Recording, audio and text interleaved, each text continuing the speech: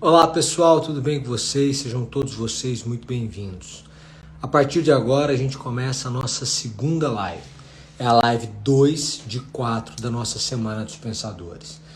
Eu já informo desde já que, como de costume, nós vamos desativar os comentários muito em breve. Isso a gente faz para que você não perca o raciocínio e para que eu também não perca o raciocínio ao longo da live. Então, à medida que as pessoas vão entrando, eu deixo o recado e nós já iremos começar. Sejam todos vocês muito bem-vindos. Só abro aqui minhas anotações para que a gente possa dar início à nossa live. Sejam todos vocês muito bem-vindos.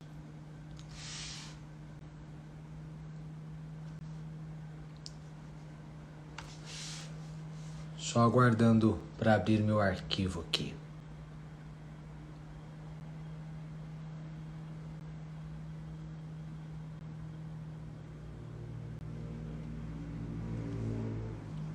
Boa noite, Fábio Holder, que está aí presente.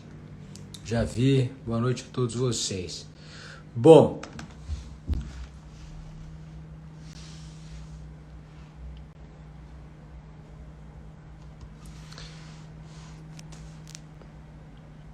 deixa eu só fechar aqui.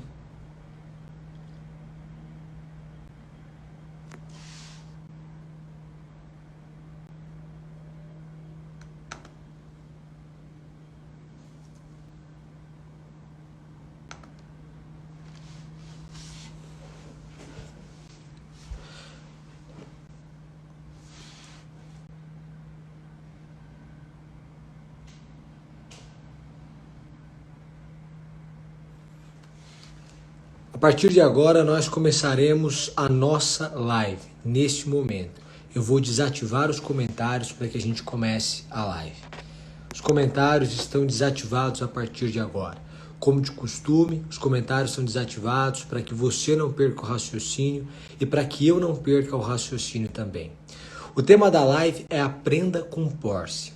Pórcia é personagem da peça, do romance shakespeariano, e é sobre o Mercador de Veneza, e é sobre ela que nós vamos falar. Pórcia é uma mulher sábia, inteligente, que reconhece as suas fraquezas. Uma pessoa que sabe articular e que supera a regra por meio da regra. Com Pórcia nós vamos aprender diversas coisas na noite de hoje. Em um trecho, Pórcia, na peça, acaba se casando com Bassanio, essa é a história, e há toda uma habilidade de Pórcia e há todo um ensinamento de Shakespeare por trás da personagem. Em um determinado momento, Nerissa vai dizer para Pórcia que tanto o exagero quanto a falta fazem muito mal. Nerissa olha para Pórcia e diz: aliás, por tudo quanto vejo, tanto se adoece por comer em excesso como por definhar a míngua. Pórcia ouve o conselho e diz: boas máximas e bem expressas. Ao que Nerissa responde: seriam bem melhores se forem bem seguidas. Aqui é o primeiro trecho e nós vamos destacar a partir de agora uma confissão de Pórcia. Pórcia revela que é muito mais fácil ensinar do que seguir os ensinamentos. Nerissa diz para ela: Pórcia, você percebe que os meus ensinamentos são bons, que as palavras que eu digo são boas, mas você não as segue. Porque Pórcia diz boas máximas e bem expressas. Nerissa diz: você deve segui-las. O que Nerissa prega? Nerissa prega o equilíbrio, nem a falta, nem o excesso. O ponto de equilíbrio para uma vida saudável, uma vida próspera, uma vida emocionalmente habilidosa, agilidade emocional, a respeito da qual nós temos falado tanto e sempre. Mas Pórcia dá uma aula, ela se confessa, ela diz assim: se fazer fosse tão fácil quanto saber o que é preferível, as capelas seriam igrejas e as cabanas dos pobres palácios de príncipes. O bom pregador é aquele que segue seus próprios preceitos. Para mim, acharia mais fácil ensinar 20 pessoas o caminho do bem do que ser uma das 20 pessoas e obedecer às minhas próprias recomendações. O cérebro pode promulgar leis contra a paixão, porém uma natureza ardente salta por cima de um frio decreto. Preste atenção no que Pórcia faz. Pórcia aqui faz uma confissão. Ela confessa que sabe o que é certo, que sabe o que a razão manda, mas que é muito difícil seguir a razão. Pórcia, nesse trecho, me lembra Paulo. O que quero, não faço, mas o que não quero, isso faço. É o desejo contra a racionalidade, contra o dever, e ela diz que é muito mais fácil ensinar o caminho certo do que segui-lo. Você pode pensar nesse trecho de Pórcia como um perdão, como uma anistia para os seus pecados, para os seus erros, para as suas falhas, para aquilo que você fez, para aquilo que você fez em 2020, para aquilo que você fez na sua vida, para todos os equívocos que você praticou. Pórcia está dizendo, é muito difícil seguir pelo caminho do bem. É muito difícil fazer o que é correto. Ela compreende isso. É mais fácil ser o pastor que ensina do que o discípulo que segue o ensinamento. Se fosse fácil seguir o caminho do bem, ela vai dizer, as capelas seriam igrejas, ou seja, as pessoas estariam lá. A casa dos pobres, ela diz, a cabana dos pobres seria um palácio, porque as pessoas aprenderiam e seguiriam o seu ensinamento. O primeiro ponto é que Pórcia reconhece a sua humanidade. Nós temos o defeito de não reconhecer a nossa humanidade. Eu não sei você, eu não sei qual é a sua percepção, eu não sei qual a sua falha, qual o seu erro. E eu não sei quão duro você é consigo mesmo. Mas essa dureza, essa rigidez com que você trata a humanidade que existe em você, você que cobra de você ser uma máquina, uma espécie de máquina, um projeto de poder, você que mecaniza ou a torna robótica a sua vida e não aceita as suas falhas, isso é desumano, isso atenta contra a sua humanidade. É preciso em algum momento da vida olhar os erros do passado e dizer, tudo bem, eu errei, eu reconheço que errei, isso faz parte da minha humanidade e tudo bem. Não é que você vai aceitar seguir pelo caminho mau. Não é essa a intenção, não é esse o propósito, não é essa a ideia. Você não precisa aceitar o caminho mau. Pelo contrário, você não deve seguir por ele. Mas as suas quedas devem ser compreendidas, não devem ser desejadas, não devem ser reiteradas, mas elas acontecem, acontecerão e elas aconteceram. Portanto, quando você olhar para o passado, olhe com os olhos de perdão.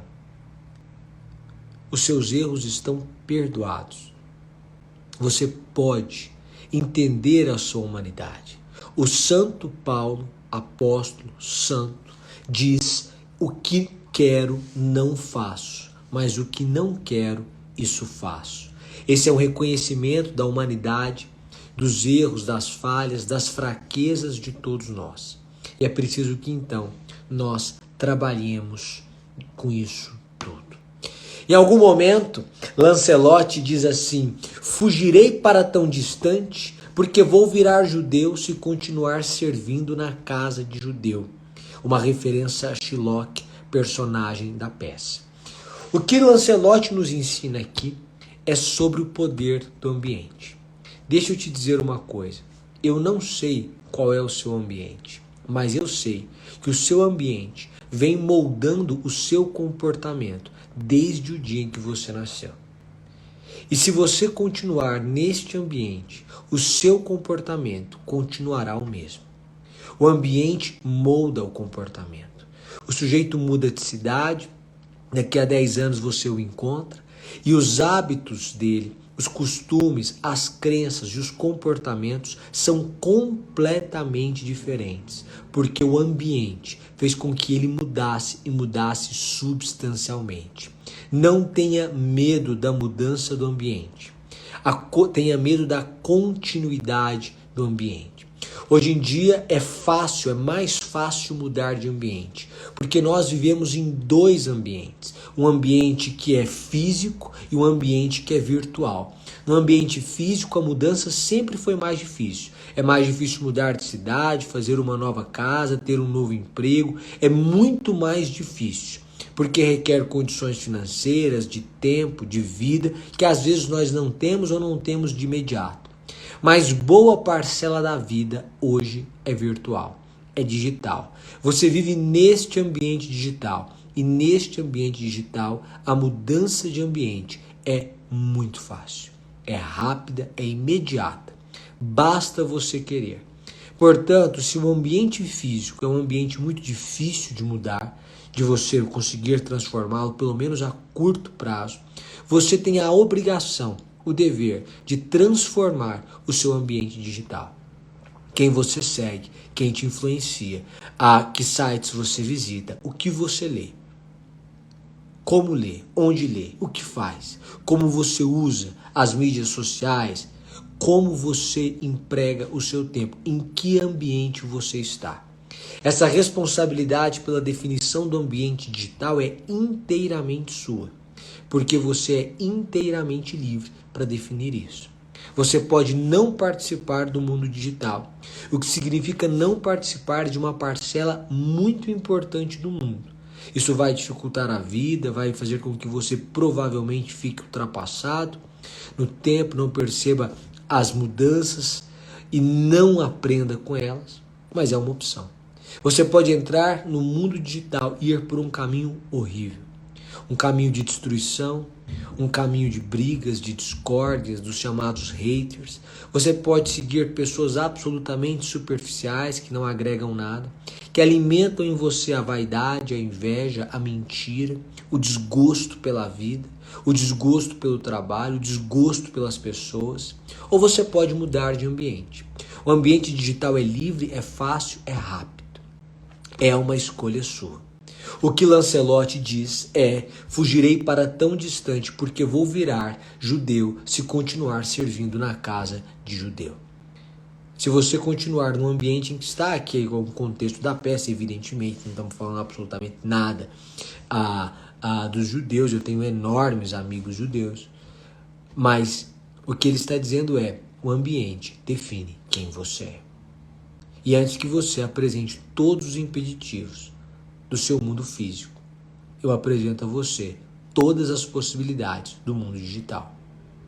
Nele, você pode mudar de ambiente muito rapidamente. Mas é preciso compreender que a vida vai mudando.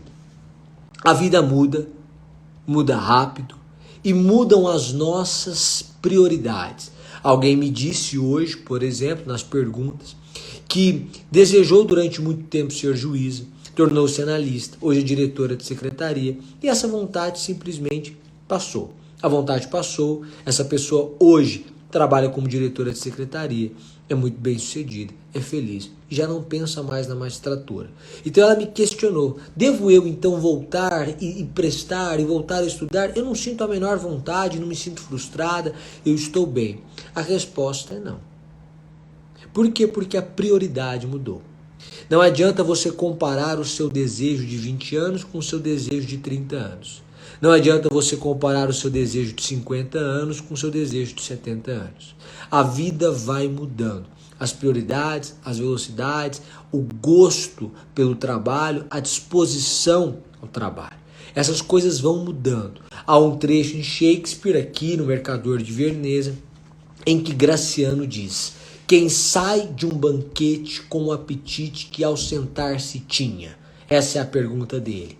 Quem é o cavalo que a tediosa pista de volta mede com o ardor tão vivo que ao partir revelava?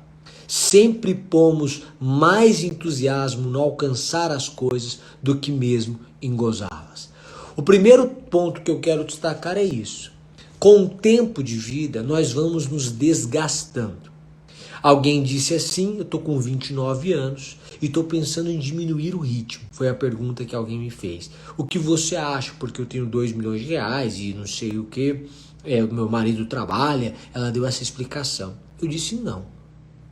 É nova ainda para isso. Me parece nova. Essa diminuição de ritmo de trabalho, que é gradual, vem ao longo dos anos. Não vem agora. Não vem aos 29, não vem aos 30, não vem aos 32. Vem mais tarde. Você pode mudar de estilos de trabalho, mas não é o momento da diminuição gradual. Porque você ainda é, para usar uma expressão de Shakespeare, um cavalo no início da pista. Um cavalo, quando está no final da pista, tem uma outra velocidade. Anda um pouco mais devagar. Anda um pouco mais devagar, olha um pouco para o lado, mas tem a experiência que o cavalo que começou a correr agora não sabe. Essa é a vida. Todos nós estamos numa espécie de pista, numa espécie de palco. Cada um atua, exerce um papel e o papel vai sendo alterado. Os papéis vão mudando, outras pessoas vão exercendo papéis que nós exercíamos. Outrora era eu, o estudante, que prestava o concurso para a magistratura. Eu exercia esse papel do candidato, daquele que viaja, que presta a prova, que aguarda o gabarito, que vai à sessão pública, que anota o resultado, que recorre quando reprova, que vai para a próxima fase, depois para outra, que se prepara para a oral. Do sujeito que dorme mal um dia antes da posse, porque dorme empolgado, sabendo que no outro dia a vida terá formalmente mudado. Eu já exerci esses papéis. Agora outras pessoas exercem. A quem esteja decidindo hoje prestar vestibular para a faculdade de Direito. Entre essa pessoa e eu que prestei vestibular em 2005, há 15 anos de distância. 16. Praticamente 16. E, portanto, há uma distância de 1,5 décadas. Ela vai exercer um papel. Eu não posso ser o eterno estudante da graduação de Direito. Não é esse o caminho, não é esse o propósito, não é essa a ideia. Há um outro ponto que eu quero destacar aqui. O ponto em que Shakespeare diz: nós temos o costume de empreender maiores esforços para conquistar uma coisa do que para usufruir dessa coisa conquistada. E essa é uma realidade. Nós temos o hábito de nos esforçarmos. O sujeito se esforça, estuda para o concurso da magistratura, quer por tudo tornar-se juiz, torna-se juiz, outro promotor, outro procurador, outro delegado, o outro se torna médico. 6 meses depois, você os visita e eles estão reclamando do subsídio, da estagnação, da falta de reajuste. Eles não gozam daquele momento. Eles empreenderam um enorme esforço, tinham uma enorme satisfação quando venceram, mas não gozam da vitória. Eles comemoram uma vitória, mas não vivem a vitória. No dia seguinte, é preciso que eles tenham um momento de derrota. Gente que precisa reclamar de tudo e de todos. Esse comportamento é absolutamente vedado. Agora eu quero destacar um ponto para vocês. Pórcia, quando fala de si mesmo, diz o seguinte: a soma total de minha pessoa equivale a 0. Um jovem sem instrução, sem saber, sem experiência, feliz de estar ainda em idade de aprender, mais feliz ainda de haver nascido com bastante inteligência para aprender. O que Pórcia está nos dizendo aqui é que, na verdade, a soma dela é 0. Ela não sabe nada. Mas a leitura que ela faz da soma 0 é maravilhosa. Ela diz: a minha soma é 0, mas eu estou feliz, porque eu ainda sou jovem, estou em idade de aprender e porque eu tenho capacidade de aprender. Eu não sei o que você procura, mas com Pórcia eu aprendo que se eu estou vivo, se eu tenho condições, disposição física, intelectual, então eu estou em idade de aprender e você certamente está em idade de aprender. Em segundo ponto, você também tem potencial para aprender. Aqui não é possível passar sem que a gente se lembre de Pessoa. Pessoa vai dizer de que adianta ter terreno capaz de abrigar um castelo se o castelo não for construído ali. Não adianta você ter potencial e não explorar o potencial. Pórcia está feliz porque tem potencial. Ainda não explorou, a soma dela é zero. Mas tendo potencial, isso já basta para que ela seja feliz. Porque ela tem convicção de que ela está em idade de aprender e ela tem condições de aprender. Ainda, Pórcia diz o seguinte, Pórcia faz um relato maravilhoso sobre o casamento. Ela se casa com Bassânio, há um momento em que Bassânio precisa de um valor para pagar a dívida de Antônio, e então Pórcia lhe empresta. Ele não quer aceitar e ela insiste e faz com que ele aceite. E ela diz o seguinte: nunca me arrependi de uma ação boa, nem o farei agora. Entre pessoas que o tempo passam em conversa, juntos, cujos corações o mesmo jugo da amizade suportam, deve haver conformidade na proporção dos traços, na proporção nos traços, e proporção nos traços, no gênio e nos costumes. Preste atenção no que eu estou dizendo, no que Pórcia está dizendo aqui. Ela está dizendo para Bassânio que entre cônjuges deve haver proporção nos traços, no gênio e nos costumes. Proporção nos traços, nos gênios e nos costumes. Gente que quando se une se torna um só. Nós vamos ver na live de domingo, para mim a mais importante no tocante a relacionamento, quando a gente analisa o que houve com Monique de Simone de Beauvoir. Qual é a saída para que não haja saída? Para que na verdade não haja fim, não haja término, não haja morte. O que Pórcia está dizendo, para que não haja, é preciso que seja um só. E quando se torna um só, os traços são parecidos, os comportamentos são parecidos, os costumes são parecidos, as crenças são parecidas. É uma entrega. Eu aprendo com Pórcia que um relacionamento bem-sucedido é aquele em que os dois se tornam um. Shakespeare parece reiterar o mandamento bíblico. Dois se tornam uma só carne. Bom, tanto é assim que quando Jéssica descreve Pórcia, Jéssica diz, acima de todo adjetivo, será muito justo que o senhor Bassânio leve uma vida exemplar, pois tendo tal bênção em sua esposa, encontrará aqui na terra as alegrias do céu. E ela continua, se não encontra essas alegrias na terra, ser-lhe-á perfeitamente inútil ir encontrá-las no paraíso. Preste atenção. Pórcia traz para dentro do relacionamento uma espécie de paraíso. Conviver com Pórcia é a antecipação do reino dos céus na terra. Parece-me muito parecido, parece-me a mensagem de Cristo. É chegado o reino dos céus. Então, Pórcia antecipa o reino dos céus na vida de Bassânio. Você que é homem, você que é mulher, na vida do seu companheiro, da sua companheira, enfim, promova essa antecipação. É preciso ser um pouco Pórcia, ser capaz de doar, mas sem perder a sua identidade.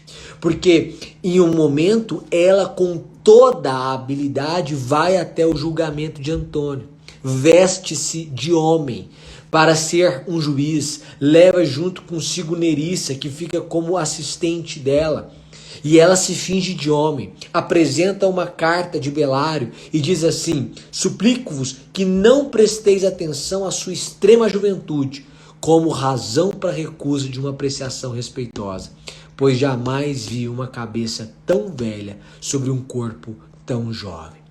Deixa eu te dizer uma coisa, um ponto que eu quero destacar aqui. Pórcia nos ensina que é possível viver e vencer por meio das regras. É possível superar as regras vivendo as regras. O que Pórcia está nos dizendo aqui, sem sombra de dúvidas, para julgar o caso, à época, Shakespeare 400 anos atrás, eu preciso ser um homem. Ela se veste de um homem, se faz de juiz para julgar a causa. A regra era essa. Ela vai e se veste e então julga o feito. Deixa eu te dizer uma coisa. Nós superaremos as regras, mas por meio das regras. Esse trecho de Pórcia me lembra muito, por exemplo, quando Jesus cura o leproso e diz para ele: olha, você está curado, mas vá agora, apresente-se ao sacerdote como determina a lei de Moisés. Ele supera a lei por meio da lei. Ela supera a lei por meio da lei. É preciso ser um homem, então, que ela se vista como tal. E assim ela julgará o caso, julgará o feito. Não é preciso quebrar e violar as normas em sua forma, porque a vida não está na letra, a vida está no espírito, na finalidade, na teleologia. E é preciso que você, então, compreenda quais são as normas postas em jogo na sua vida. O sujeito presta concurso público, ele pode ser contra as normas que estão estabelecidas ali, mas é preciso que este sujeito, neste momento, se submeta e supere-as. E depois elas podem ser transformadas. Mas antes de mais nada, ele precisa confiar neste sistema para superá-lo. Você não precisa se revoltar contra as normas postas. Você pode superar as normas postas. Supere as normas pelas normas. Supere as normas pelas normas. Mas preste atenção aqui. Há um momento em que Pórcia, para mim, traz o mais importante conceito de justiça de verdade.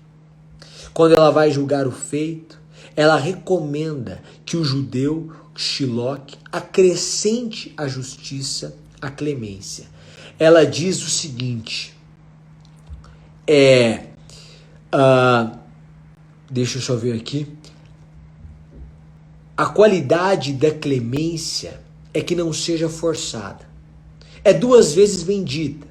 Bendiz ao que concede e bendiz ao que recebe. É um atributo do próprio Deus. E o poder terrestre se aproxima tanto quanto possível do poder de Deus quando a clemência tempera a justiça. Nenhum de nós encontrará salvação com estrita justiça. Pórcia aqui nos dá uma aula. Ela diz, olha, a clemência deve temperar a justiça. Preste atenção aqui. O perdão é dupla bênção. Abençoa quem perdoa, porque se sente melhor. Abençoa o perdoado, porque se sente livre. A justiça deve ser temperada com a clemência, com o perdão. Nós temos o costume de pedir perdão e o mau hábito de não conceder. Nós precisamos conceder perdão. Você não pode carregar o peso de um erro que não cometeu. Você não pode continuar com as pedras no caminho, para usar uma expressão do Marcelo Leal, como alguém que vai construir o seu castelo com as pedras no caminho. Não levo nenhuma das pedras, ando leve. Pedras no caminho, deixo todas no caminho. Porque eu não pretendo construir o meu castelo com o peso das dores que eu vivi. Mas eu pretendo construir o meu castelo com a leveza da vida que levei. O que você leva da vida, Fernando Pessoa diz, essa pergunta é materialista porque o sujeito quer levar alguma coisa da vida. Não se leva nada, nem a vida que se leva. Portanto, para que carregar as pedras? Nenhum de nós sobreviveria a uma estrita justiça. É preciso que nós sejamos rápidos em pedir perdão, rápidos em perdoar. Porque aqui está revelada toda a nossa humanidade. Com Pórcia eu aprendo o poder da confissão. Com Pórcia eu aprendo o poder do perdão. Com Pórcia eu aprendo a superar a regra pela regra. Com Pórcia eu aprendo a habilidade de julgar um caso. Com Pórcia eu aprendo como vencer. Porque Pórcia consegue fazer com que o julgamento seja justo, atendendo a um pedido de Bassânio. Pórcia diz que o judeu não poderia extrair uma carne de Antônio, tirando dele sangue, porque se tirasse sangue, então o judeu morreria. Isso inviabiliza a maldade de Shiloque. Essa é a verdade. E a maldade de Shiloque fica tão clara, porque antes de Pórcia trazer o seu veredito, o Bassânio chega a oferecer a Shiloque o dobro do valor da dívida e ele não aceita, o que evidencia o seu mal. Nós poderíamos ficar aqui e discorrer sobre Bassânio, sobre Antônio, sobre Shiloque, sobre os trechos da obra, como nós fazemos no Clube dos Pensadores. Cada vez um trecho nós vamos conversando sobre ele. Mas o destaque daqui é um destaque de Pórcia. É preciso que você entenda que com Pórcia eu aprendo o poder do perdão. Então você sobe. Porque quando você aprende a perdoar, quando você pede perdão, quando você admite a existência das regras e supera as regras pelas regras, se torna maior do que elas porque as observa em tudo e então as supera. Quando você então é capaz de, por meio dentro do sistema, alterar o sistema e trazer justiça, como Pórcia faz, você que vencendo é capaz de ajudar outra pessoa, que abrindo o caminho é capaz de instruir outra pessoa que quer seguir o mesmo caminho. É possível, é claro que você crescerá. E aí com Pórcia eu aprendo a não me envaidecer. Um trecho da obra, Pórcia diz assim: assim, uma glória maior eclipsa a menor. Um ministro brilha tanto como um rei, até o momento que o rei aparece. Então todo o prestígio do ministro se desvanece. Essa última parte de Pórcia nos ensina o seguinte, preste atenção. Nós temos que aprender que sempre haverá alguém que está acima de nós e alguém que está abaixo de nós. Alguém que nos lidera, alguém que é liderado por nós. Alguém é pai, mas é filho ao mesmo tempo. Alguém é professor e é aluno ao mesmo tempo. Alguém é cliente, mas também serve a um cliente ao mesmo tempo. Você ocupa diferentes posições na vida. À medida que você vai subindo, é preciso que você estabeleça uma luta diária contra a vaidade. Mas não se esqueça, você pode ser ministro, mas sempre haverá um rei. Você pode ocupar uma posição, sempre haverá uma outra posição. Quando a lua brilhava, ela diz, nós não víamos a candeia. Havia uma lua, ela não percebia a candeia. Nós, por vezes, vivemos uma situação muito agradável na vida. Muito.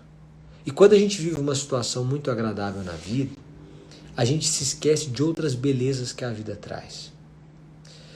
Às vezes a pessoa cresce e conquista uma vitória muito expressiva. Se torna uma pessoa rica, por exemplo. Ou alcança um cargo muito alto. Essa pessoa encontra a lua e acha que só há luz na lua, mas há luz nas candeias. E é preciso respeitar as luzes das candeias. Perceber beleza na simplicidade.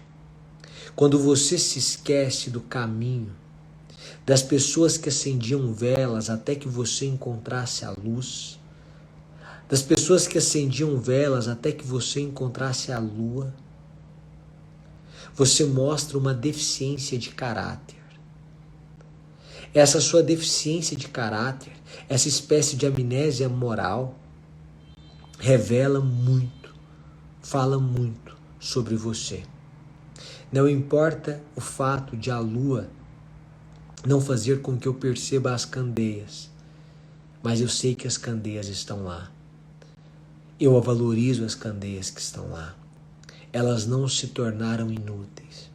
Até porque a vida é cíclica e há momentos em que não há lua e só é possível que se enxergue por meio das candeias, das velas, das pessoas que seguram as velas.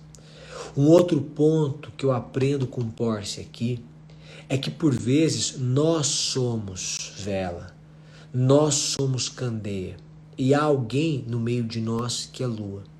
Você vai a uma reunião e há alguém muito mais importante do que você lá. Naquele momento você é anônimo, ninguém sabe quem você é, ninguém percebe o seu valor, você não chama a atenção de ninguém. Outra pessoa está lá. Ela é mais importante, ou ela é mais inteligente, ou ela é mais bonita. E ela chama a atenção dos presentes e você não chama. Deixa eu te dizer uma coisa. O fato de existir alguém com uma luz maior do que a sua não significa que você não tenha luz. Se em uma determinada circunstância aquela pessoa teve uma luz maior, uma inteligência maior, uma beleza maior, uma projeção maior do que a sua, isso não tira o seu brilho, o seu mérito, a sua inteligência e a sua beleza. A vida é feita de diferentes áreas, é composta por diferentes áreas. Às vezes nós somos muito bons em uma área e nessa área nós encontramos projeção, sucesso, relevância, somos lua. Em outra área somos uma simples candeia. E nós precisamos entender isso. Nem nos envaidecermos quando formos lua, nem nos desmerecermos quando formos candeia. Nem nos envaidecermos quando formos presidente, nem desmoronar-nos quando formos ou quando nos sentirmos ministro. A chamada de Porcia aqui é uma chamada à humildade. É preciso ser humilde. Quando você for ministro, não repute que você está acima de todos. Lembre-se, há um presidente. Quando você for presidente, lembre-se, em algum momento você deixará de ser. Quando você for candeia, lembre-se, você tem brilho, ainda que outros brilhem mais naquele momento. Quando você for lua, saiba, é passageiro. Tudo passa.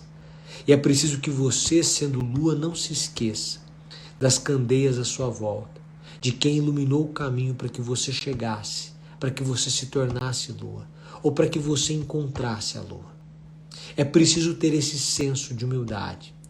Eu aprendo diversas coisas com Porcia. Eu aprendo o poder do perdão, urgentemente.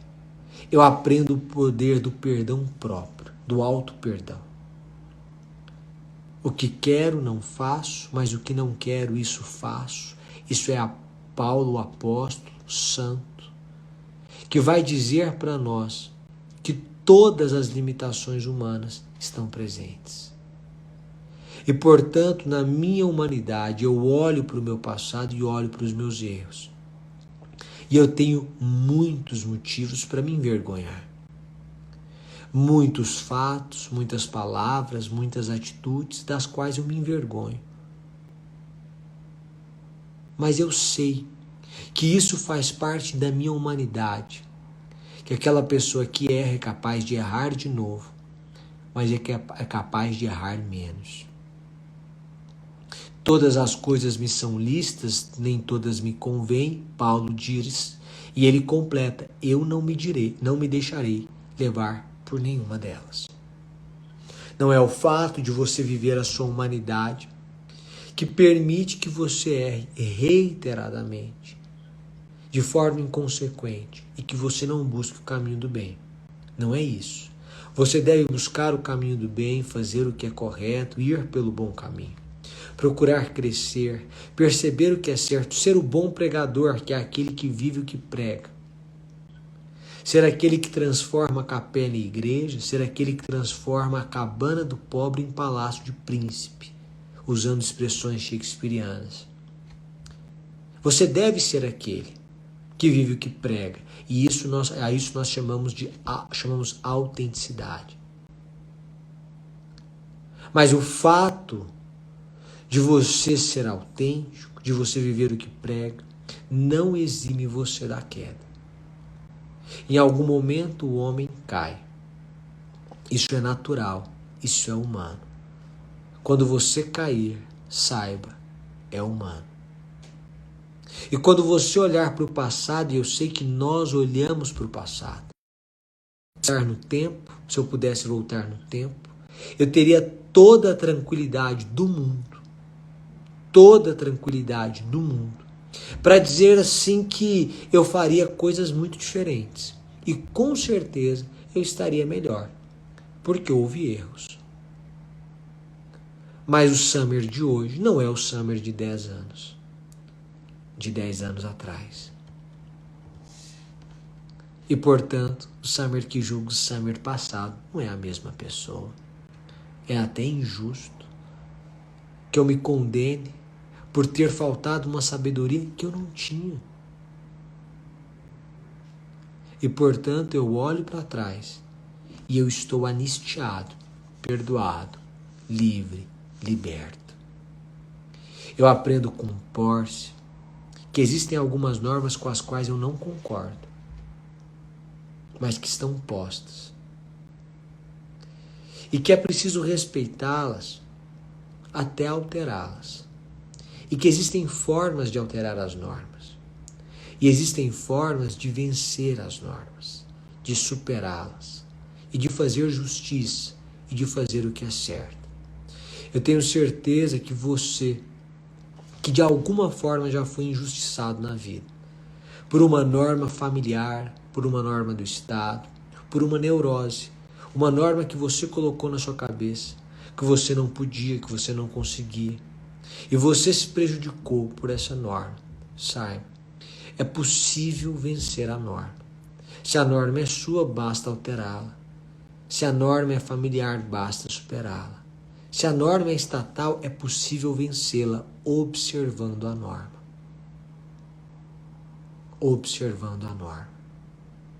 Nós temos que procurar sabedoria. Com Pórcia eu aprendo que a sabedoria não depende da idade. Depende da experiência, e a experiência pode vir ou não com a idade. Machado de Assis diz: há pessoas que nascem com a ruga da expressão da alma. Parece que tem gente que já nasce madura.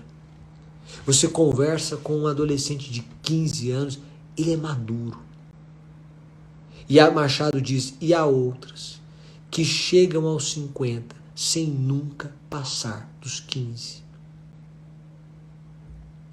E então nós compreendemos que é plenamente possível desenvolver maturidade a despeito da idade e a despeito da experiência, porque por vezes a maturidade vem com a reflexão. Aprenda com os outros, isso é sábio, isso Pórcia faz. Eu aprendo com Pórcia que a justiça deve ser temperada com a clemência. Eu aprendo com Pórcia que é preciso que haja uma entrega mútua do casal. Uma proporção, eles guardam a mesma proporção de traços, de costumes, de hábitos. Eu não estou dizendo para você matar a sua individualidade, você vai ver que isso é um erro cometido por Munique.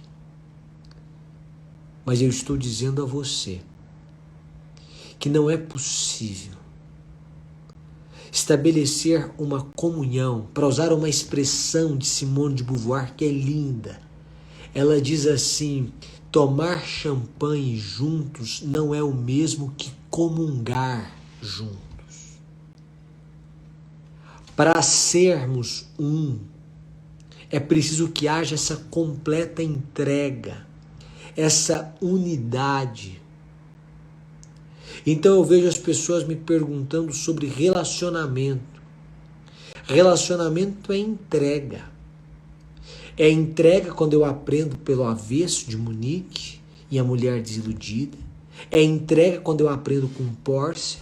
É entrega quando eu aprendo com a Bíblia, que fala de uma mulher que observa o marido, mas fala também de um marido que ama a mulher como Cristo amou a igreja e se entregou por ela, foi capaz de morrer por ela. Então, essa distorção que é feita não é admissível. É preciso que a entrega seja mútua, que tanto um quanto o outro se entreguem completamente. É isso que Pórcia diz. E que o homem, portanto, para usar uma visão bíblica, seja capaz de morrer por sua mulher e não capaz de matá-la. Porque isso também nós aprendemos com Cristo. E você vai percebendo então todo o desenho de Pórcia. Perdoar, clemência com justiça, superar a norma pela norma, habilidade para fazer o que é certo. Habilidade para fazer o que é certo. A humildade de saber que sempre há alguém ali acima da gente.